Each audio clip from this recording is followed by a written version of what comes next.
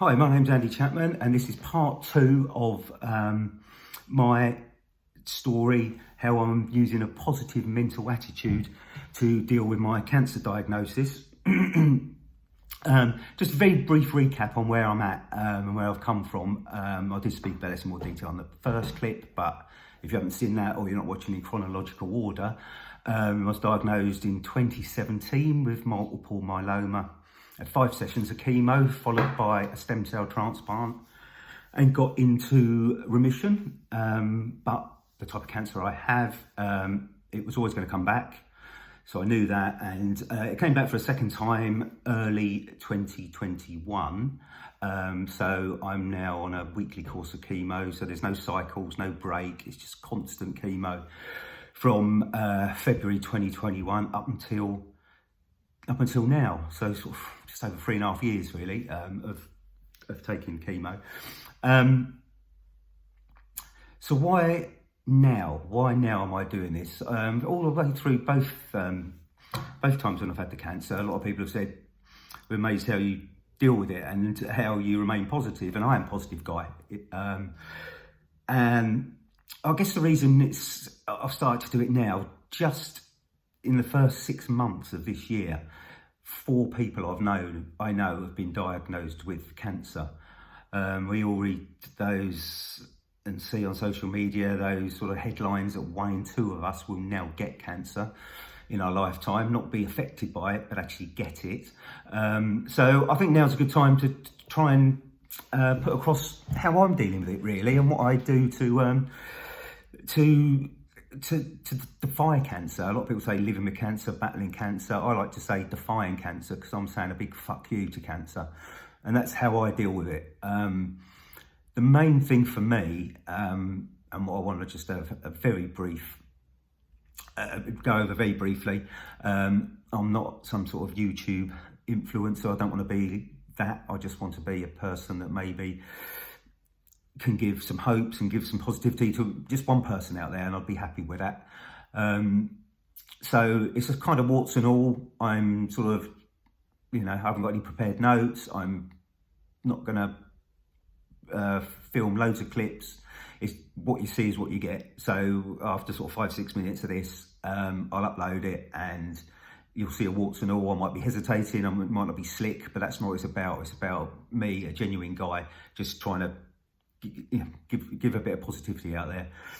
I guess the first thing and the most important thing for me is social interaction. I've always been very sociable, and I've tried to carry that on. A lot of people don't even know, friends of mine don't even know I've got cancer, and I've had it for over 3.5 years. It's for the second time.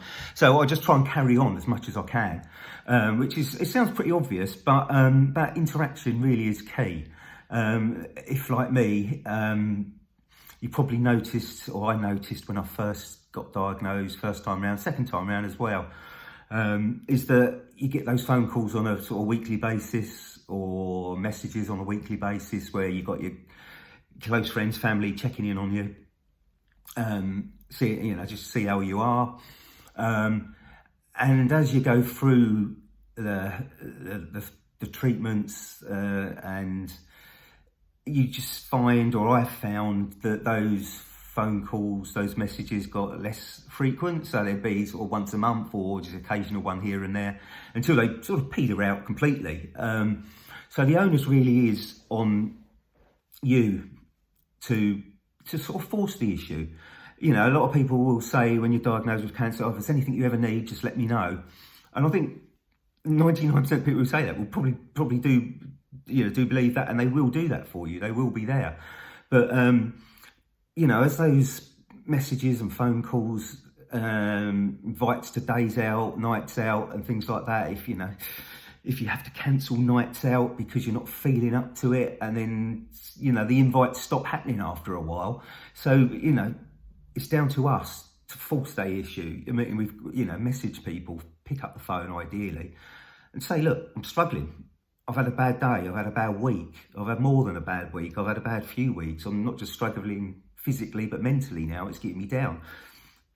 Please speak to someone, message them, and pin them down. How many times you send a message to someone and you say, oh, look, I could really do with meeting up. It'd be really nice. And you'll get a message back, yeah, oh, yeah, sorry I haven't been in touch. Yeah, it'd be good to meet up.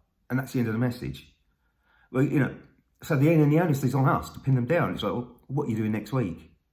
Well, when can I see you next week? When can I see you the following week? Because people lead busy lives. It's not their fault. They've got other things going on.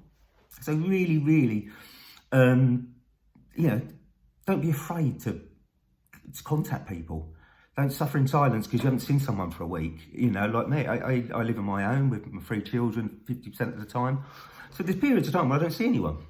So if I didn't make that effort to pin them down to a date, I really want to see you, and they're gonna, when can I see you? When can you come to me for a cup of tea or a few glasses of wine or a beer, or could you take me out? I'd like to get some fresh air, but I've been struggling to get out.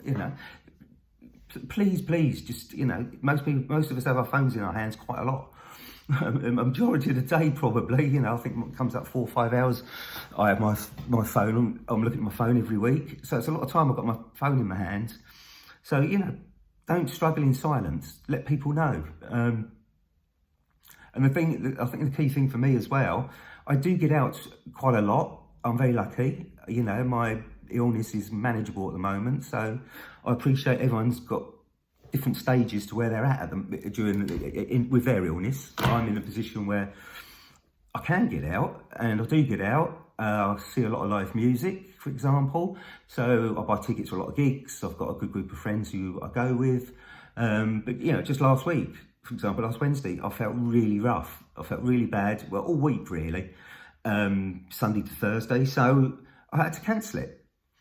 But I know people sometimes, their thinking is, well, I won't arrange to go to that gig, or I won't arrange to go to that night out, or I won't arrange for that coffee because I might be feeling a bit crap on that day. And there's a good chance you might be. But make the arrangements. Make the arrangements and then pull out. Don't think, oh, I'll see how I feel on the day. Make an arrangement, then you've got something positive to look forward to. If you've got dates of things in your diary, then you can get out. You've got something to look forward to, which will hopefully help you if you are suffering. You've got something in your calendar. And if you're in a position where you haven't got that friends or family local to you who can do that, if you're a little bit isolated, please go through Macmillan. There's support groups. There's people there to help. There's support groups you can go to. So please do. So I've sort of gone over my time. I sort of try and keep to 5-6 minutes is my plan, so people don't get too bored. But so I'm going to cut it out now because it's sort of 8 minutes in. Just to say, if you like what you heard, please do feel free to like, subscribe, put any comments in there. Let me know how you're feeling, how you're dealing with things, and I will 100% respond to you. Okay, until next time, cheerio.